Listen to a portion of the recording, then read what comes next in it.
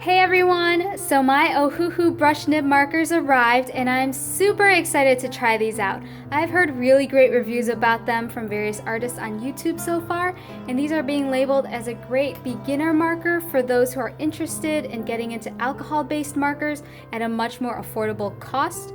And so Ohuhu has put out a 48 count set of markers so far. I believe in the future they're thinking of expanding, but for now we have 48 colors.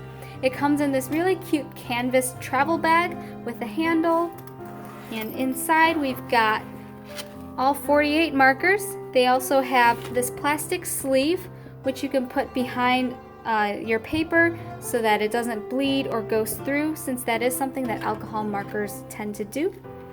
There is an FAQ which basically states that if there are any defective markers, they're willing to replace it for free, which is super nice.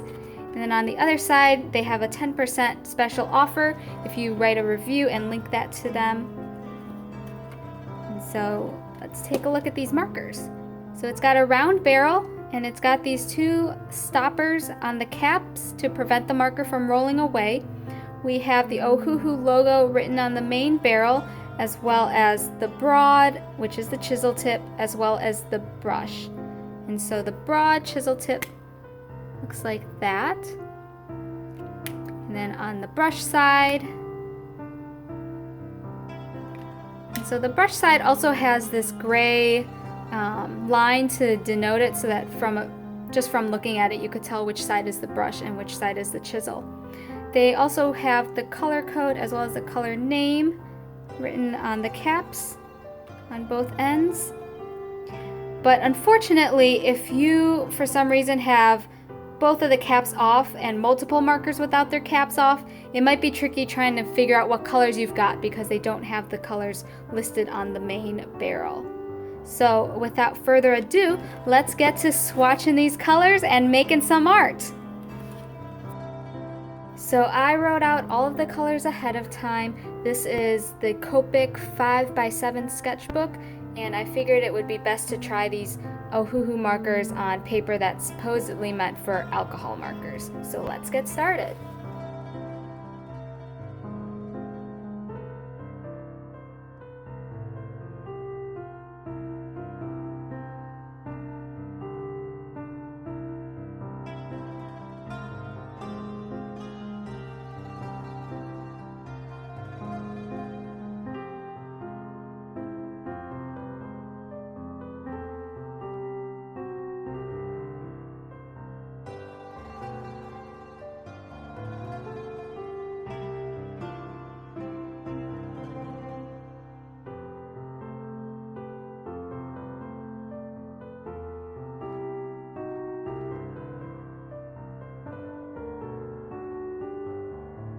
So here you can see all of the colors close up.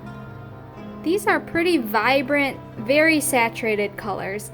I think the only downside is that there aren't any pastel or lighter colors, but for a 48 set, this is pretty good. So next, I'm just going to play around with the biggest question of how well do these alcohol markers blend. And so what I'm going to do is just use this sketchbook, and we'll just pick two colors. Let's just go with purple, just because purple is one of my favorite colors. So I believe the general technique that you could use when blending alcohol markers is the feathering technique, which is what I will show right now. And basically you take one of the colors and just kind of lightly feather with strokes like this with one color. And then the second color, you just start from the bottom and just kind of go up, meeting where the darker color ends. And you kind of just keep going back and forth until you get a nice gradient and transition.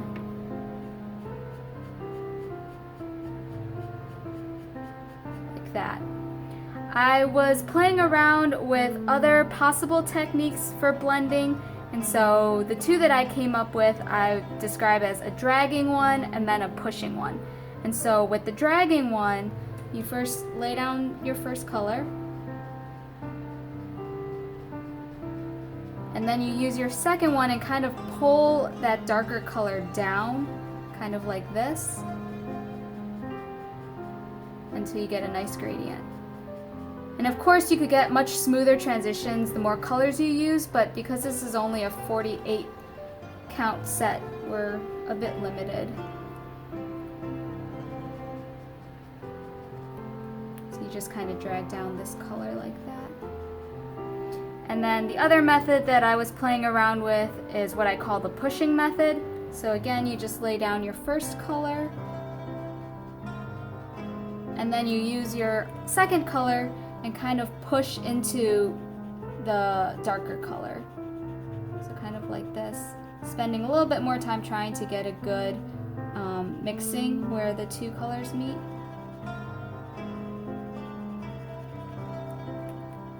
And then just repeating it until you get a good gradient.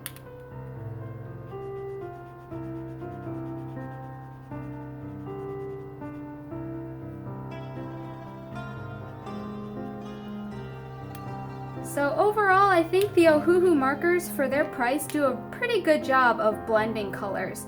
I haven't tried as much with different colors from different color families or trying to blend out with multiple colors as opposed to just two, but I did want to compare these with other alcohol markers. And so on this side, we've got the Ohuhu markers, the Blick Studio markers, which is right here, as well as the Elite Copic sketch markers.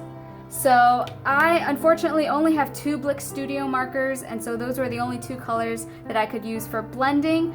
And then for the Ohuhu and Copic markers, I just tried to find colors that were the closest to what I had for Blick.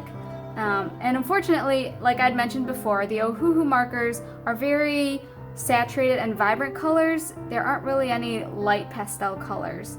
And so with each column, so this top column is the Ohuhu markers, the second one is the Blick, and then the bottom one is the Copic markers. And I tried the three blending techniques that I had just shown. So the feathering technique, which I think is the general technique that most people use, and then the dragging and the pushing techniques that I was playing around with. And you can see with the Ohuhu, the gradients were really well done. I decided to try starting with a dark marker and then adding a lighter color, and then comparing that to if you were to do a lighter color first and then adding a dark color. And I also put a single stroke next to each of these just so you could compare what it looks like if you were to do one stroke versus when you're blending and adding multiple layers, just to see the change in the saturation when you're done making the gradient. And so with the Ohuhu markers, I felt that overall, both going from light to dark versus dark to light, both produced really good gradients. The only thing that I noticed was when you're going from a light gradient to a dark gradient, I found that I had to add a lot more layers to try to achieve that smooth transition between the colors.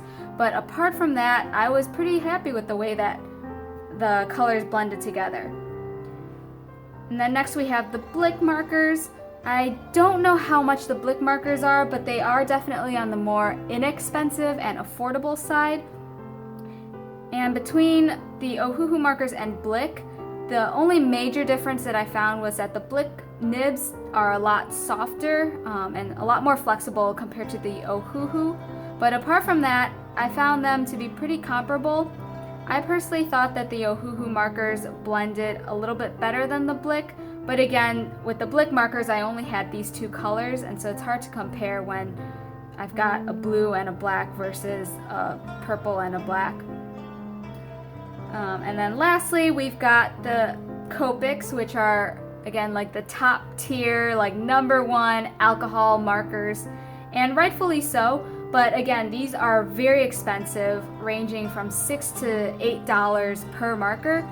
And so for people who are looking for a more inexpensive option, I think the Ohuhu and Blick are pretty comparable. I think the biggest difference with the Copic markers is just how easy it was to blend these out. So for the Ohuhu and the Blick markers, I had to go and put multiple layers in order to achieve a smooth transition for the gradient.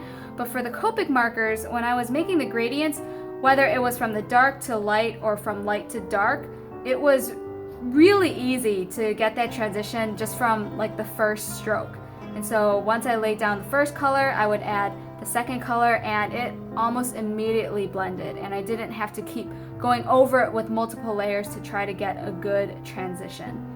And so I just wanted to show that to you guys so you could compare how these Ohuhu markers and Blick and Copic markers all compare when it comes to blending, which I think is one of the most important factors that people want to put into consideration when getting alcohol markers. So hopefully that helped a little bit. In the interest of time, I will do a separate speed paint video, so I will see you guys then. Thanks for stopping by.